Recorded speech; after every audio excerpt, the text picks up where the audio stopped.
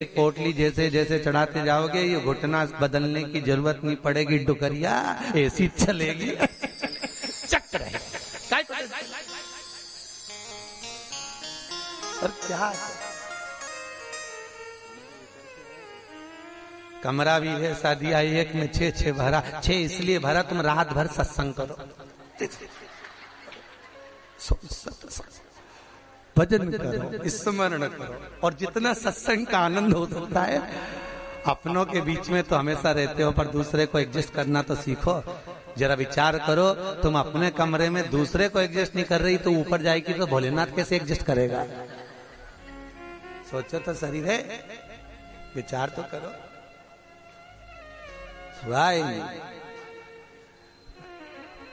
भगवान शिव की कथा है, 24,000 श्लोक शिव महापुराण में है, 12 संहिता, और एक एक संहिता भगवान शंकर को समर्पित है। भगवान शिव 6 सूत्र शिव महापुराण के हैं कि शंकर को पाने के 6 सूत्र बताएं। पहला, मस्तक पर तिलक लगा दो, त्रिपुंड लगा दो, नहीं लगा सकते तो गले में रुद्राक्ष की माला पहन लो। इतना भी नहीं कर सकते, तीसरे नंबर का सूत्र है कि भगवान शंकर का मंत्र जाप कर लो, नमः शिवाय, ओम नमः शिवाय। ये भी नहीं कर सकते तो मंदिर में शंकर जी को 1 लोटा पानी चढ़ा दो, चौथा सूत्र। 5वां सूत्र है, इतना भी नहीं कर सकते तो किसी शंकर के मंदिर के पास में से निकल कर चले जाओ तो शंकर के मंदिर का शिखर का दर्शन हो जाएगा। शिखर दर्शनम सर्व पाप नाशनम, बस उतना भी बहुत है। ये 5। और 6ठे नंबर का सूत्र है, अगर इतना भी नहीं कर सकते तो पूरी जिंदगी में अगर 12 ज्योतिर्लिंग पर पहुंचकर शंकर की कथा को सुन लोगे तो फिर दूसरा जन्म नहीं होता। ये 6 सूत्र शंकर को पाने के हैं, भगवत भक्ति को पाने के हैं, भगवत रस तत्व को पाने के हैं। 6 सूत्र है, शंकर का अनुमोदन करें। ऐसी कौन सी भूमि है, ऐसी कौन सी जगह है जहां शंकर नहीं है? हर जगह, हर तत्व में, कण कण में, हर जगह पर वही तो समाया है। बस हमारे नेत्र परखैया नहीं है, इसलिए हम पहचान नहीं पाते।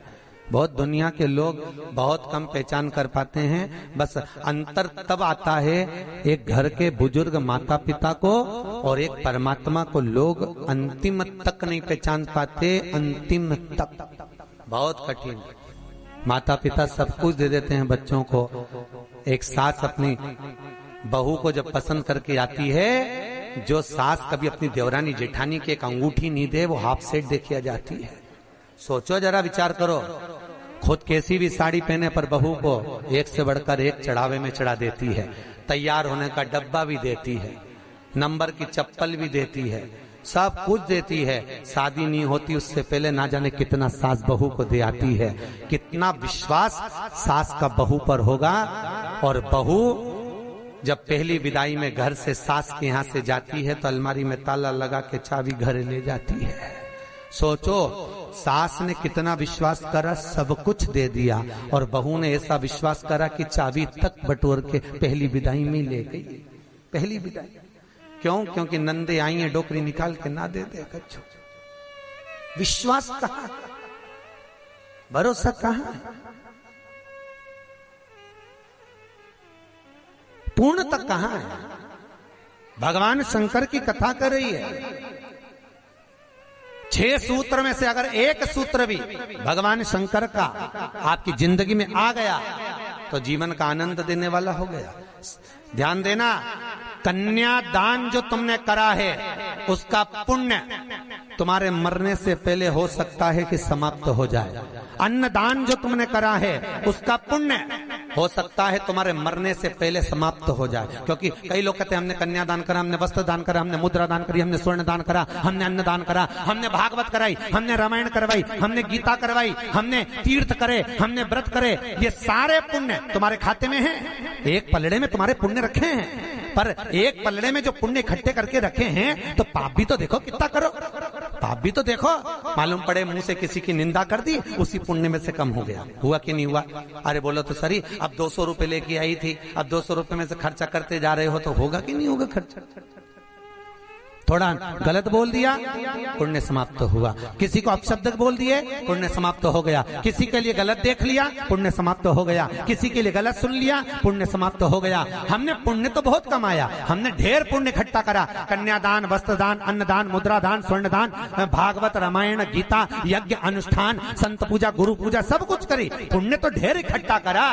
पर मरने से पहले ये सारा पुण्य तुम्हारा बोलने से, अपशब्द कहने से, ताना देने से, निंदा सुनने से, गलत देखने से समाप्त हो गया। पर शिव महापुराण की कथा कहती है सारे पुण्य तुम्हारे मरने से पहले भले समाप्त हो जाएंगे, पर शिव महापुराण की कथा यदि तुमने भूल से भी 5 मिनट की भी सुन ली तो वो जिंदगी भर अटल और अमर हो जाती है, वो कभी समाप्त नहीं होती। शिव महापुराण की पुण्य कभी समाप्त नहीं होता, शंकर का किया हुआ पुण्य कभी समाप्त नहीं होता।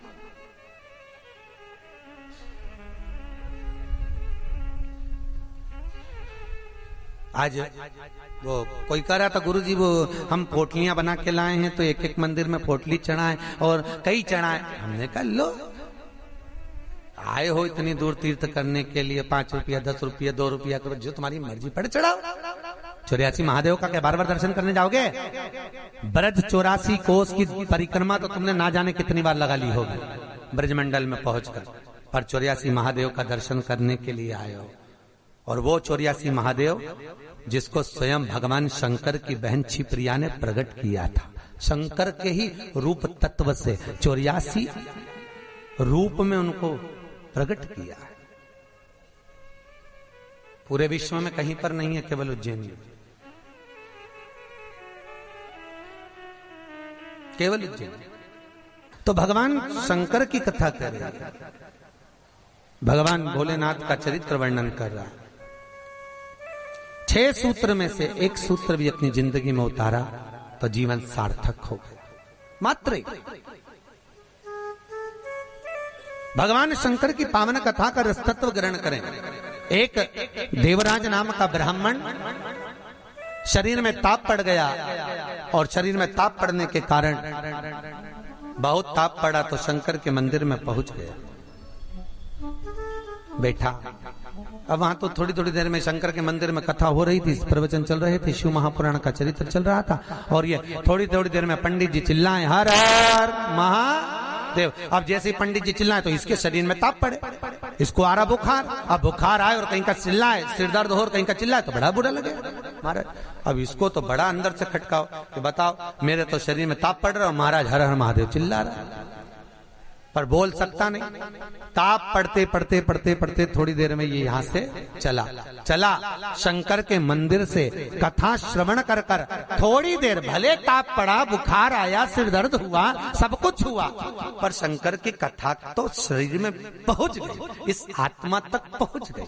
होता है जब घर से चले होगे तो सोचे पाँव दुख रहा है, बुखार आ रहा है, सर दर्द हो रहा, ये हो रहा, वो हो रहा, पर शंकर के धाम में पहुंच गए तो अब ये सोच लो कि तुम शंकर के हो गए, तुम शिव के। यहाँ बिठले सेवा समिति के कहने पर नहीं आए, यहाँ पाठक जी के कहने पर नहीं आए, यहाँ हमारे कहने पर नहीं आए, यहाँ तो हम भी बुलाते तो तुम नहीं आते, क्योंकि ये नगरी महाकाल की है।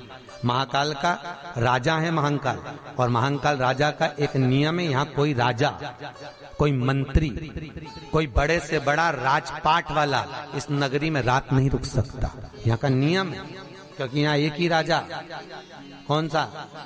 महाकाल राजा, बस उसी का राज्य चलता है। तो जब उसके घर में आए हो तो हम कौन बुलाने वाले? बोलो तो सही। उसने बुलाया, उसने ठहराया, उसने खिलाया, उसने घुमाया, 5 दिन घूमो फिरो, उसका दर्शन करो, आनंद करो, घरे जा। घर वाले पूछे कहाँ गई थी, तो कहना महाकाल के घर गई थी, उसने बुलाया। रामकृष्ण परमहंस जी से एक ने कहा, रामकृष्ण परमहंस जी से बोले, अरे रामकृष्ण परमहंस जी, हमने सुना है कि माता जगतजननी जगदम्बा शारदा भवानी माँ देवी आपसे बात करने के लिए आती हैं, आपसे मिलने के लिए आती हैं। रामकृष्ण परमहंस जी ने कहा, तो रामकृष्ण परमहंस जी, अगर देवी जी तुमसे मिलने आती हैं, देवी जी तुमसे बात करने आती हैं, जगदम्बा तुमसे मिलने के लिए आती है, तो रामकृष्ण परमहंस जी एक काम करो ना, एक आध बार माता जी को हमारे घर भी भेज दो। हंसी उड़ाने वाले तो कुछ भी बोल देते हैं, एक आध बार माता जी को हमारे घर भेज दो। रामकृष्ण परमहंस जी ने कहा ठीक है, एड्रेस बता दो, देवी जी को तुम्हारे घर भेज देंगे। बोलो एड्रेस क्या है? उस व्यक्ति ने कहा फलाना गली में, फलाना मोहल्ले में, ये वाले मकान में, इस नंबर में, इस जगह पर मैं रहता हूं। रामकृष्ण परमहंस जी ने कहा, स्वामी विवेकानंद के गुरु रामकृष्ण परमहंस जी कहते हैं, जो एड्रेस आपने दिया ये तो आपके घर का है, ये आपके घर का एड्रेस है, आपका एड्रेस दीजिए, आप कहाँ रहते हैं। उसको लगा मैं दुकान पे रहता हूं, तो हो सकता दुकान का मांग रहा है, उन्होंने दुकान का एड्रेस दे दिया। रामकृष्ण परमहंस जी बोले ये तो दुकान का एड्रेस है, आप कहाँ रहते हो, आपका एड्रेस दो। तो रामकृष्ण परमहंस जी के शब्द सुने तो उस व्यक्ति ने कहा ये हमारा ही तो एड्रेस है। रामकृष्ण परमहंस जी बोले जिस घर का एड्रेस दिया वो तो घर का है, जिस दुकान का एड्रेस दिया वो तो दुकान का, कि दुकान यहाँ है वो वहां घर है, तू कहाँ रहता है, तेरा एड्रेस बता, तू रहता कहाँ है। रामकृष्ण परमहंस जी के शब्द सुने, उसने चरण पकड़ लिया और रामकृष्ण परमहंस से पूछा आप बताओ कि मेरा निवास कहाँ है। रामकृष्ण परमहंस जी कहते हैं इस शरीर का आखिरी निवास तो शमशान है, मनुष्य वहां निवास करने वाला है। बस ये आत्मा परमात्मा के चरणों में रहे और शरीर आखिरी में वहां पहुंच जाता है, आखिरी में। बड़े आश्चर्य में लोग बताते हैं हम वहां रहते हैं, तुम नहीं रहते, तुम्हारा घर रहता है, तुम चले जाओगे घर में ही रह जाएगा, अभी तुम्हारा एड्रेस है फिर तुम्हारे बेटे का हो जाएगा। अरे बोलो तो, फिर बेटा गया पोते का हो जाएगा, पौता गया पर पोते का हो जाएगा, वो तो घर का पता है, तुम्हारा एड्रेस क्या है, तुम किस पते पे रहते। अताना पता जबरदस्ती के लापता घूम रहा, काय का पता तुम्हारा, जबरदस्ती के छाती ठोक के मेरा घर मेरा घर मेरा घर। एक आध दिन यमराज आई गया, उठा के ले गया, सब धाड़ धाड़ रोएंगे। 2-3 महीने के बाद, 4-6 महीने के बाद बेटा नेम प्लेट निकाल के खुद की चिपका देगा, मेरा घर काय का घर तुम्हारा।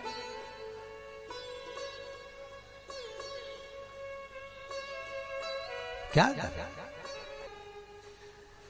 कहा, सज धज के जिस दिन मौत की सहजादी आएगी, न सोना। हमसे भी लोग कहते हैं गुरुजी तुम कथा वाचते हो, इतना सारा सोना मोना पहन के पहनते हो, तो हमने कहा जजमान लोग दे तो क्यों नहीं पहने।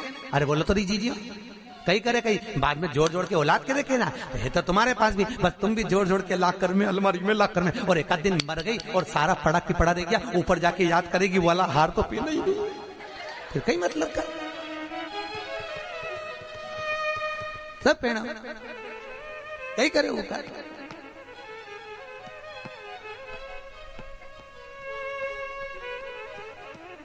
उसका करे क्या,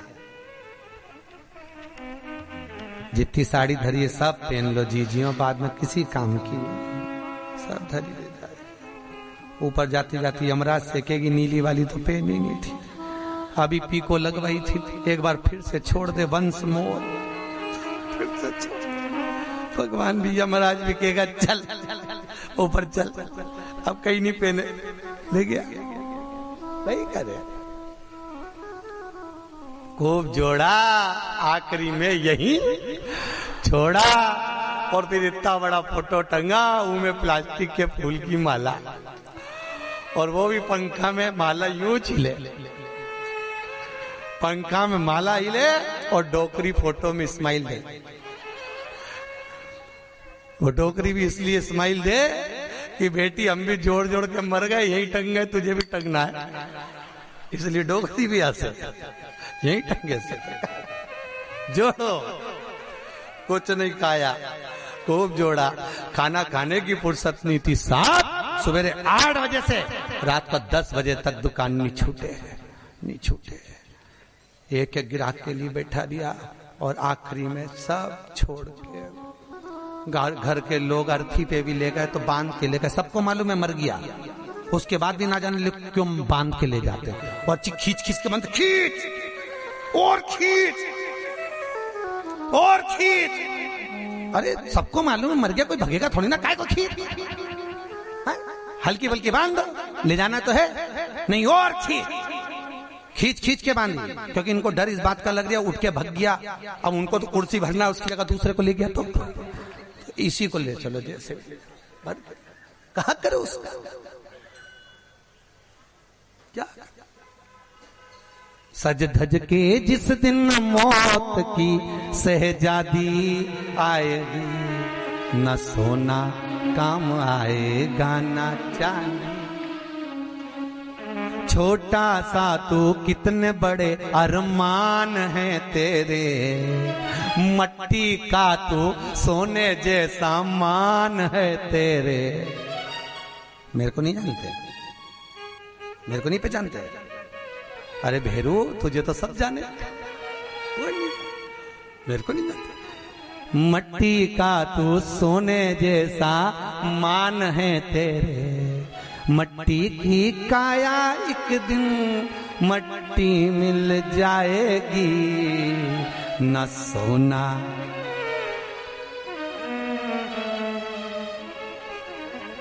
कहीं करोगा फिर।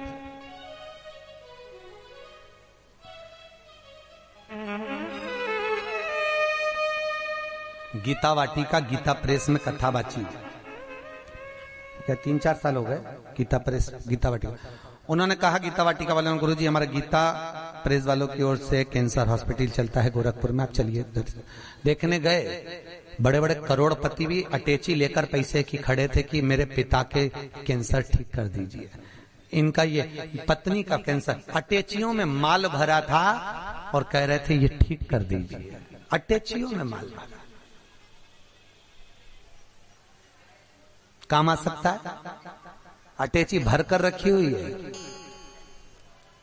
पर शिव महापुराण की कथा कहती है जहां पर औषधि भी काम नहीं करती, वहां पर शिव की करुणा काम कर जाती है और कृपा बरसा देती है। शिव की कृपा,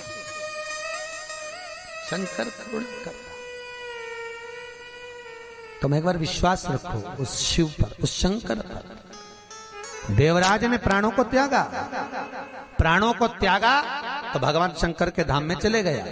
क्योंकि भले 5 मिनट की भी कथा सुनी हो, चलते चलते भी अगर शिव महापुराण तुम्हारे कानों में पड़ गई हो, चलते चलते भी अगर तुम्हारे कानों में एक शब्द भी शंकर की कथा का मिल गया हो, तो वो शंकर की कथा कभी छिन्नित नहीं होती, वो शंकर से मिला देती है। शंकर से,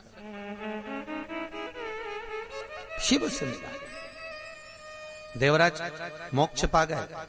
फिर अगला चरित्र सुनाया एक बिंदुक नाम का ब्राह्मण, जिसकी धर्मपत्नी का नाम था चंचुला देवी।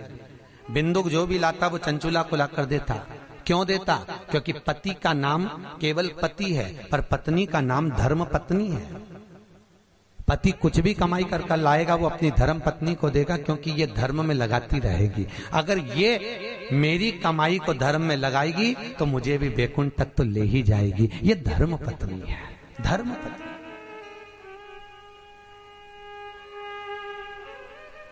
एक कथा के मुख्य यजमान गोपाल मंदिर वाले महाराज जी बने हैं, पंडित जी, पाठक जी, परंतु इनके मन में कथा का आया ना आया वो बात की बात है। पर धर्म पत्नी हमारी भाभी जी, इनका मन में कथा सुनकर मन में भाव आ गया, गुरु जी एक कथा कराओ, बस ये कृपा। जिंदगी में एक बार शिव महापुराण, फिर ठाकुर जी की जो मर्जी, भोलेनाथ की जो, पर शिव पुराण तो करा लो। हजारों हजार भागवत, हजारों हजार राम कथा, हजारों हजार गीता का स्मरण करने पर भी जो पुण्य प्राप्त नहीं होता, वो मात्र एक दिन की, मात्र 5 मिनट की शिव महापुराण श्रवण करने से प्राप्त हो जाता है। साहब, शंकर की कथा का रसतत्व ग्रहण करने से प्राप्त हो जाता है, मात्र एक क्षण की, एक क्षण। और बहुत किस्मत वाले हो साहब, आपके बच्चों ने, आपकी बहुओं ने, आपकी बेटियों ने, आपके परिवार वालों ने आपको जमा कर सूटकेस अटैची जमा कर भेजा है साहब। आपकी बहुओं को, आपके बेटों को, आपकी बेटियों को धन्यवाद दूंगा। उन्होंने कहा मम्मी जाओ, पापा जाओ, हम बोलते हैं, हम बुक कराते हैं। और मैं धन्यवाद दूंगा पाठक जी आपके भी बहन बेटियों को। उन्होंने कह दिया मम्मी तू कथा करवा, पापा आप लग रहो, अपन करते हैं व्यवस्था, सब आनंद होगा, कथा का अलमस्त होगा। ये जीवन का सुख है साहब। याद रखना, कोई एक बेकार काम करते हैं तो हमारे पितरों को लोग देखने तक नहीं जाते, पर घर का एक व्यक्ति भी अगर पुण्य का कार्य कर लेता है तो उसके पूर्वजों की पीठ स्वयं नारायण जाकर थपथपाते हैं कि तेरे वंश में कोई पैदा हुआ जिसने सत्कर्म करा, सत्कर्म किया।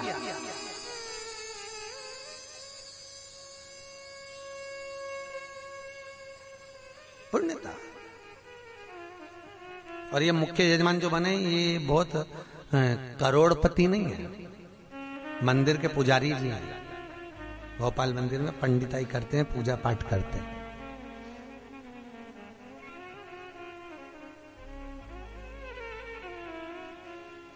उसमें भी शायद मेरे हिसाब से, मेरी सोच से तो 3-4 हजार रुपये महीना कुछ मिलता होगा। उसके बाद भी मन देखिए कि नहीं, कथा रस तत्व हो महाराज, श्रवण कर जीवन का सुख पाए।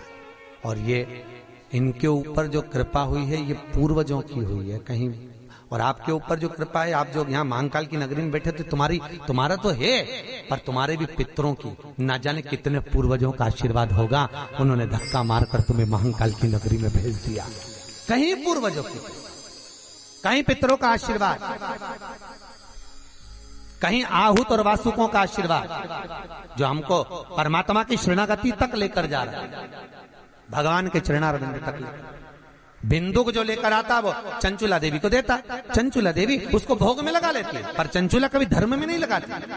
धर्म पत्नी का लक्षण है कि पति की कमाई का एक अंश निकाले और वो ले जाकर कहीं सत्कर्म में, कहीं धर्म में लगा दे। एक अंश निकाल कर वो धर्म में लगाए तो धर्म पत्नी है। पर आजकल की पत्नियां ऐसी हैं, निकालती तो है पति की कमाई का, प्रसाद डेंटिंग पेंटिंग में लगाया, वो धर्म में लगा ही नहीं पाती,